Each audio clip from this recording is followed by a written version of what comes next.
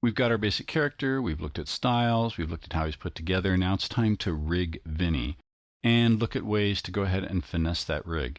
The initial rig will be very, very easy to do. We'll go ahead and just start now. I've put all the layers that make up the character into a single bone layer. And actually I should probably rename this from Bones to Vinny, because this will be the name that he comes in with, Vinny 3/4, and choose OK. If you have access to this file, go ahead and open up the Vinny left 3/4 rig.anime file if you'd like to start from here before we put in any bones on to practice it yourself.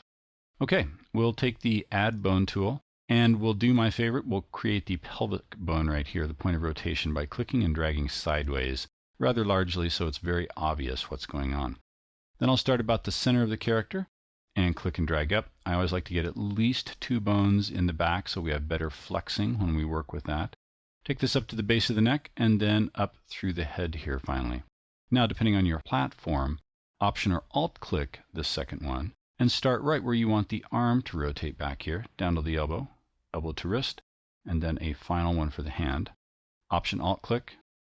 We'll go ahead and start at the shoulder again, to elbow, to wrist, and then to hand. One more time for the pelvis to select that with the Option Alt click. Get the thigh, down to the calf, to the ankle, and then for the foot, and repeat that one last time for this final leg. Pretty easy. This part goes very quickly. Now, every time we have clicked a bone, the bone has been auto-named. And that's fine. It just makes for a clumsy usage later on when we want to go ahead and figure out what bone is what. So what I'll do is pause this real briefly, and then when we come back, the bones will magically be named. So the bones have magically been named. Why go to this effort to go ahead and name these when we have auto-naming?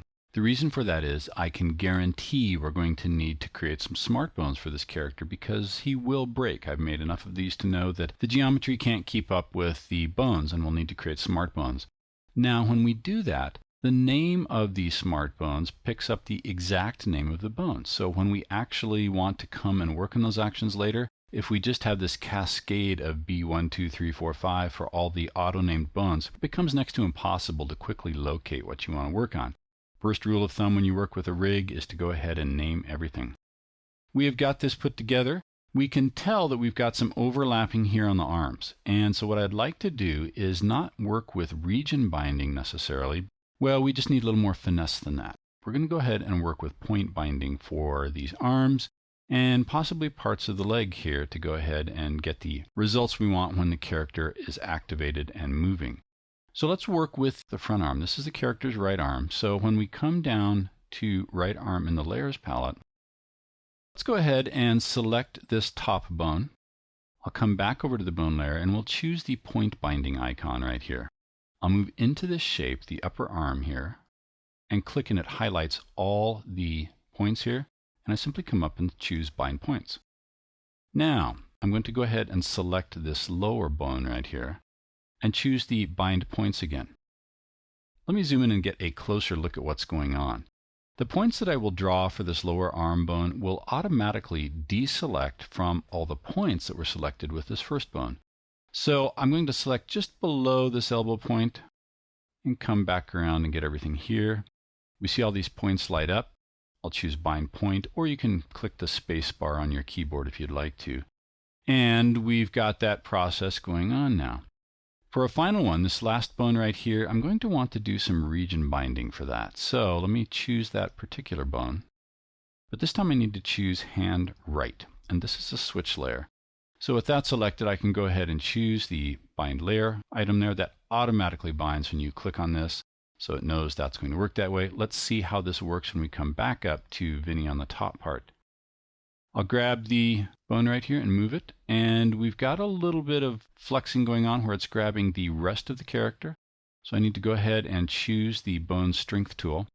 I'm simply going to dial these down because with the points tool selected, I can take all these to 0 and we'll still be able to move them because we have bound those particular points. We can see our arm moving here and we're starting to get a break right here. In fact, if we flex this far enough, we'll get a compound hole opening up in there that's a see-through, and we don't want that. So this is a perfect candidate for a smart bone. When we get to the hand, we get some nice flexing here. It works just the way I want it to, but we get the sleeve popping out of the coat sleeve, and we can fix that with a smart bone as well. So the next step then is to go ahead and shift into smart bone mode and fix this while it's still fresh in our head. So we'll come up to Window, Actions. With the Actions palette open now, let's go ahead and begin our smart bone creation. I will go ahead and select this bone down here that I want to attach this smart action to, the lower forearm. And note the name, I'm going to simply highlight it and copy it. This makes my life easier when I create this new action. I'll click New. The modal dialog box pops open. Oh, it's not letting me paste it in. So with that highlighted, let me go ahead and type in right forearm. This needs to be spelled exactly as the bone name in order for it to work. And choose OK. We're ready to start our smart bone creation, and we'll complete this in the next movie.